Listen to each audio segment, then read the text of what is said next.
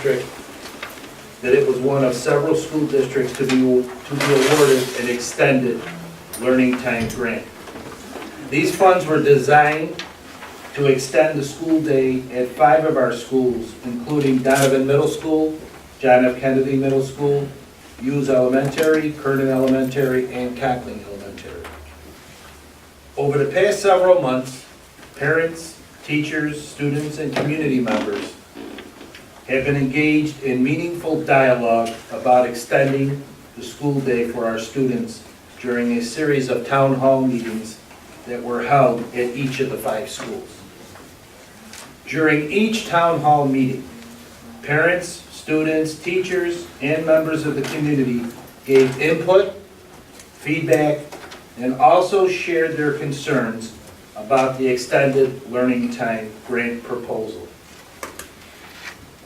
Many of their concerns focused on the required 90% mandatory attendance, transportation, and student safety when the longer school day ended, how to keep already struggling students as well as high-achieving students engaged and motivated, uncertainty over whether or not students would be able to participate in sports and extracurricular activities due to a longer day, uncertainty over whether the program would be sustainable after the grant money went away, along with several other parental and teacher concerns.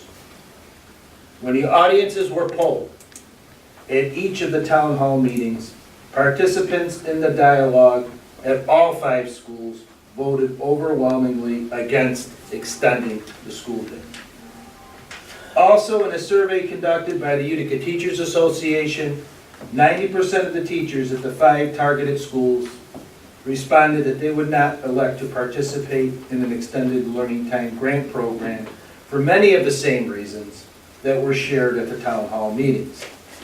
Thus, we would not have the teaching staff necessary to operate the program. As we all know, the most important ingredient in successfully implementing a program of this scope and magnitude is the strong support and buy-in from our parents, teachers, students, and community members. It is also worth noting that several weeks ago, the Southampton School District's Board of Education soundly rejected $2.6 million in extended learning time grant funding after their parents, teachers, and community members shared similar concerns at a community forum. The Utica City School District is very grateful and very appreciative to have been awarded this grant by the state. However, there are just too many strings attached to the grant and a great deal of uncertainty about its future sustainability. Furthermore, I do not believe that we can successfully implement an extended learning time program without the critical support of our parents and teachers. Based on a full review of all the facts and information, I am recommending that the district decline to accept the extended learning time grant in the following resolution to the Board of Education.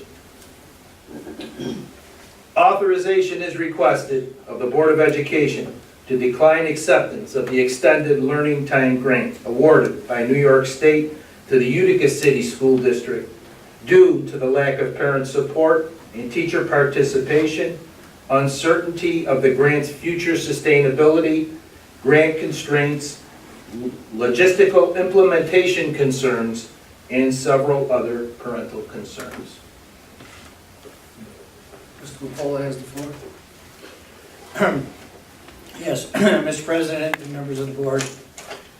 Normally when the state of New York or the federal government informs you you are entitled to a grant, you open up your arms and say, we'll take whatever money you can give us. But this was an opportunity to improve student enrichment, student scores, and those things that are necessary to provide quality education at the lowest possible cost in the Utica school system. I attended all of the public hearings on the grant, And it was great listening to the various different people from all sections of the city.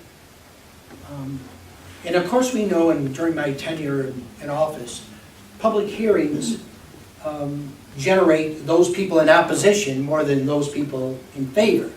So you really had to dig deep to ensure that we're acting in the best manner possible. Basically, I think the grant, as the superintendent has stated, has too many concerns, too many reservations, too many restrictions to implement it in the right manner. Now, yeah, I'm the most conservative member of the board. I'll pick up $1 off the street to put it in the school fund. But I think you have to look at what is the end result going to be. And normally, we want to accept as many grants as possible. You know, you look at this and say, the state of New York might say, well, we're going to give you a gift and you didn't want it. You say you don't receive enough money and you turn down our grant. But I think you have to look beyond that. First of all, to implement any kind of a grant, you need the assistance of the teachers. And a total of 13 to 17 teachers out of 150 said that they would participate. So if the district went along with the grant, who's gonna maintain those young people for an hour and a half? What are we gonna do? Just have busy work, coloring paper for an hour and a half? Without the teachers, that's the most important point of the grant. And remember, we're talking about only 5 schools. 5 schools. So how do you tell the students in those 5 schools, you have to go for an extra hour and a half, and the other schools don't have to go? And the way the grant was written, you're talking mandatory versus voluntary. So the student who's doing well in school isn't absolved from coming to school. They still have to come for that hour and a half. And listening to the parents and all of the public hearings, there were some real concerns, and concerns that I have, and I was willing to listen to those people, even though they overwhelmingly voted against it. I was unsure what I really wanted to do. But the thing is, when you start thinking of it, to extend the school day, that means the children would have to get up maybe earlier in the morning. Some young people, I understand, get on the bus 10 after 7. What are we going to do? Get them up with the roosters, 6:30? Or at night, daylight saving time is coming. What do? It's going to get dark. We got to worry about a child, especially walkers in the dark, going home. You see, if this grant was more voluntary, similar to the Martin Luther King grant, where they go to school and it's strictly voluntary. They go on a Saturday morning, or they go half days when school is out, or they utilize the grant to their fullest. Then that might have been a different situation that we're looking for. What happens? The state doesn't tell you what happens to the money. Southampton turned it down. There were 3 or 4 other school districts that turned it down. Does that mean more money for the other school districts? The state doesn't tell you. And then on the other hand, what about the sustainability of the grant?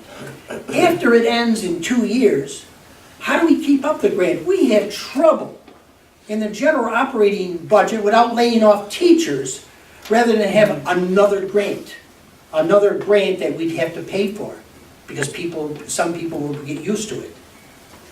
I think, what do we do for this grant, an hour and a half?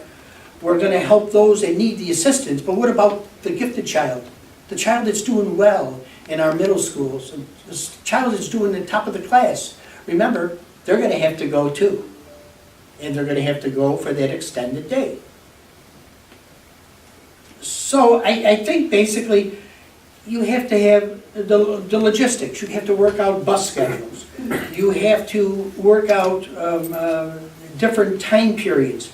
That means some children will not be able to participate in extracurricular activities. Some children really can't take a longer school day, and it's going to mandate them. for that hour and a half, I don't know what we're gonna do in that hour and a half.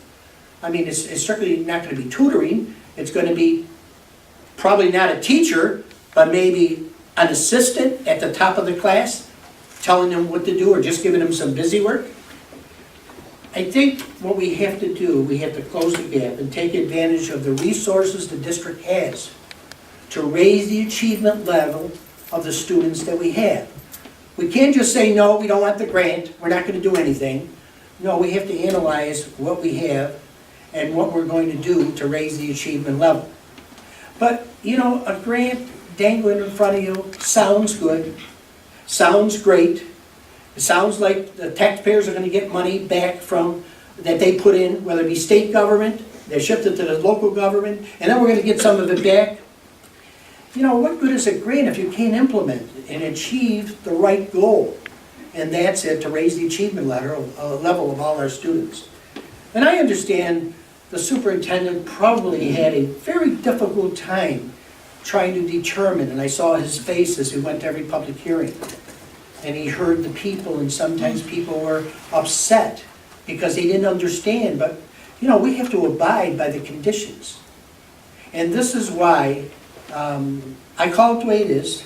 I'm probably going to be in the majority with my colleagues on this one.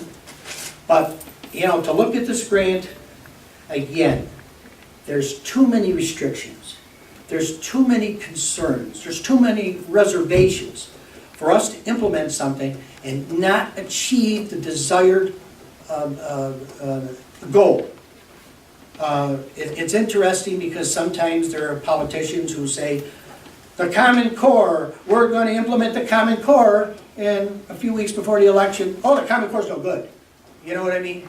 I mean, the people can't be fooled by those things either. You got to call it the way it is. And at this point in time, I'm sorry I elaborated too much, but I think those were the feelings that people have, and I would concur with the superintendent and inform him he certainly made a bold decision and the right decision. Thank you. Thank you for your comment, Mr. Lapola. Mrs. Mannion? Yeah, Mr. Lapola, I agree with you, except for the part when you said that they take the grant and they dangle it in front of us. For me, and I said it from day one, we should not have to apply for a grant to get our kids to learn. What we have to do is, again, and we've said it 100 times, change the aid formula. Give us more money, put teachers back in the classrooms, take less students, let them learn, and that would solve everything. We should not be applying for a grant to extend the day when, if they would change the formula to give us more money, everybody could go to school from 9 to 3, the teachers would be happy, the kids would be, a kid sometimes just has to be a kid, and keeping them for an hour and a half more is not the way to go. Put more money back into our aid, give us the teachers in the classrooms, and we won't have to apply for grants that says, well, we're gonna extend the learning day so that you can increase your scores. So I don't think the grant was like, you know, a prize that we should have gotten. There should be no grant for that. If that's what they want to do, just give us the money. Here, here. So. Well done. Well said. Very well said. Thank you. Margaret, and then Mike and Don also have Okay, thank you.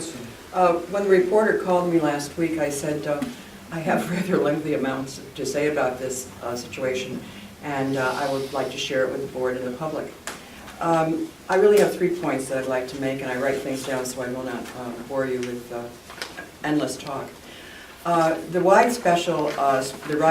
widespread discussion of this particular grant has been, I think, extremely helpful. Perhaps we at the district need to have more discussion before applying for grants. Number 2, if the governor's office, and it did come out of the governor's office, I want to point that out, and not the education office. The governor's office had $2.6 million to award. So why not award the $2.6 million with accountability, and then let the district decide how it should be used to meet the needs of all students and not just a selected few. And last but not least, the staff in the governor's office needs to consult seasoned district personnel.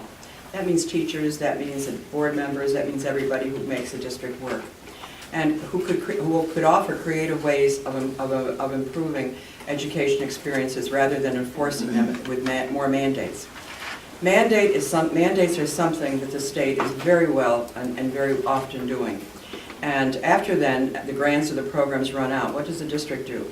They're left either with canceling the particular program or having to fund it themselves. It has to be a better way, there has to be a better way of doing everything. So therefore, I am very happy tonight to put my vote forward as a no. Mr. Paul? Thank you, Margaret. I write stuff down too. First, I want to thank the concerned parents and students of the affected schools who attended the informational sessions and gave their opinions and shared their concerns for and against the acceptance of this grant.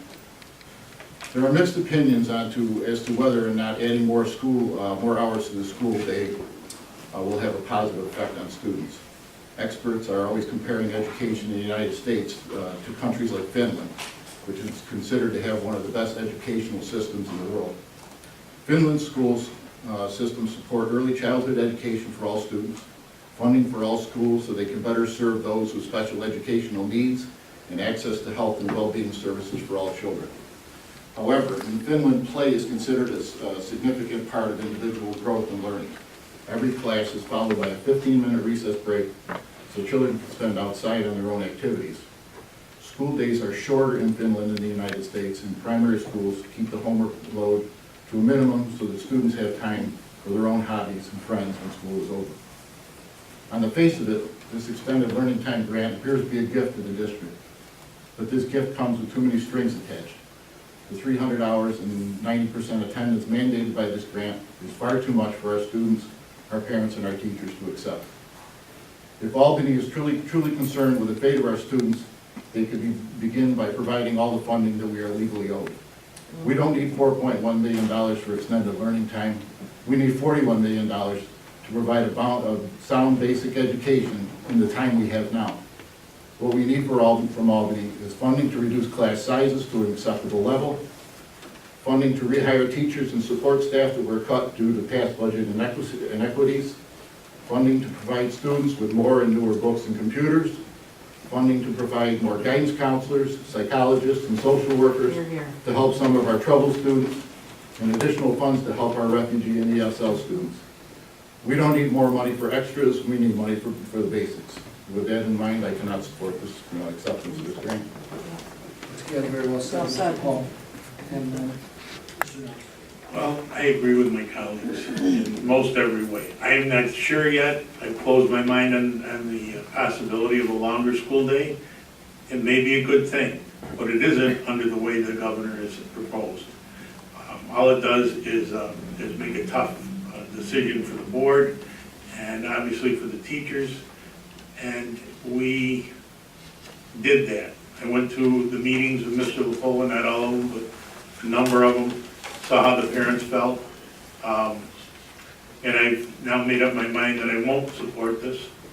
But I would like to see in the future, if the state, if that's the way they want to go, this become a part of curriculum in all the schools, because you can't do it in 5 schools in Utica and 3 schools in Schenectady and 2 somewhere else. If it's going to be the way of the future, and we know the state, once they want something, they'll figure a way to get it. They always have money after the fact for new things. They don't have money for us to reduce our class sizes. And just so the public knows that I don't think we have a kindergarten in the district that has less than 30 students. We certainly could use the money that they had wanted to put into an extended day just to reduce the size of the classes. Fortunately, they don't allow us to do that. I can't support this. I wish I could, because I do anything to make it a better education system for the kids, but this will not do it, so that's it. Mr. President? Yes, ma'am.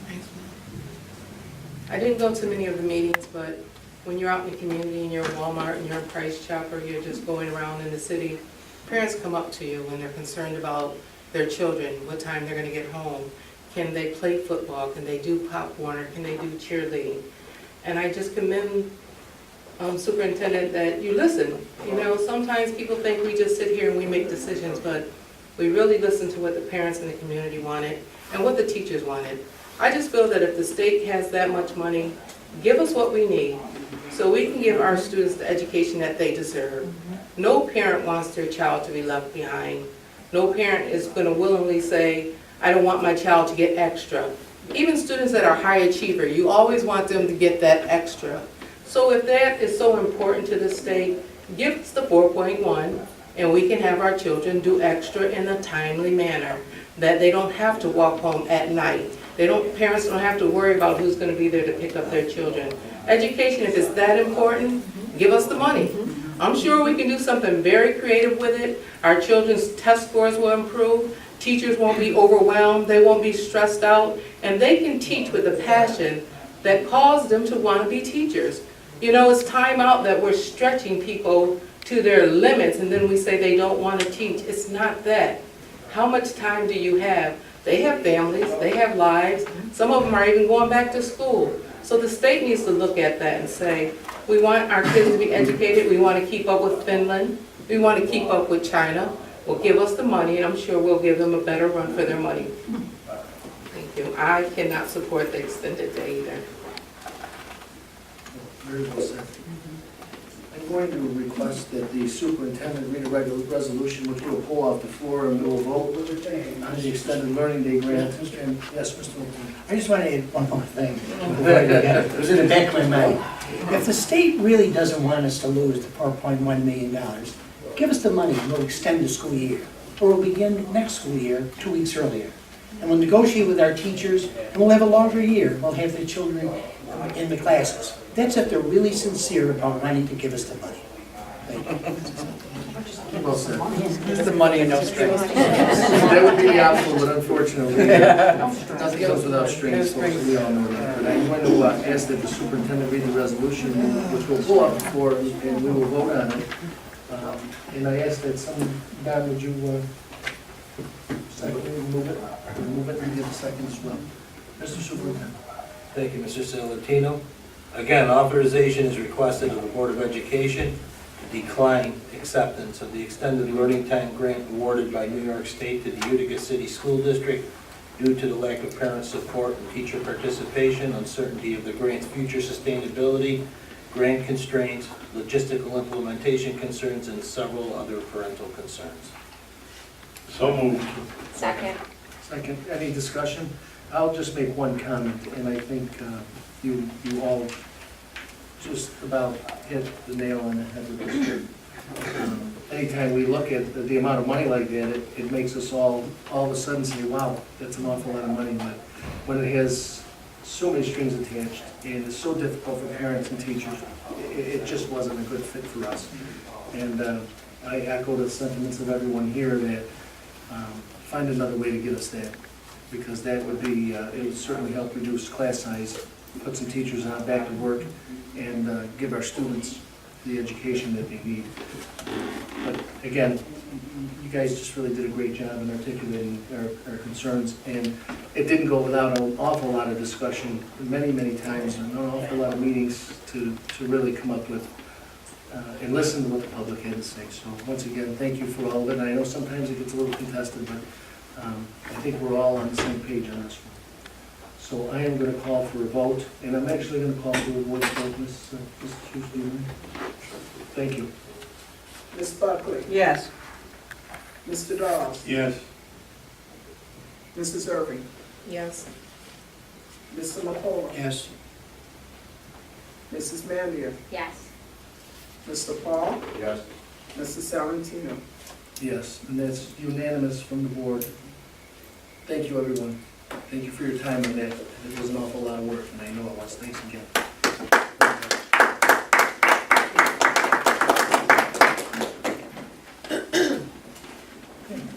That ends the activities for this evening. Everybody's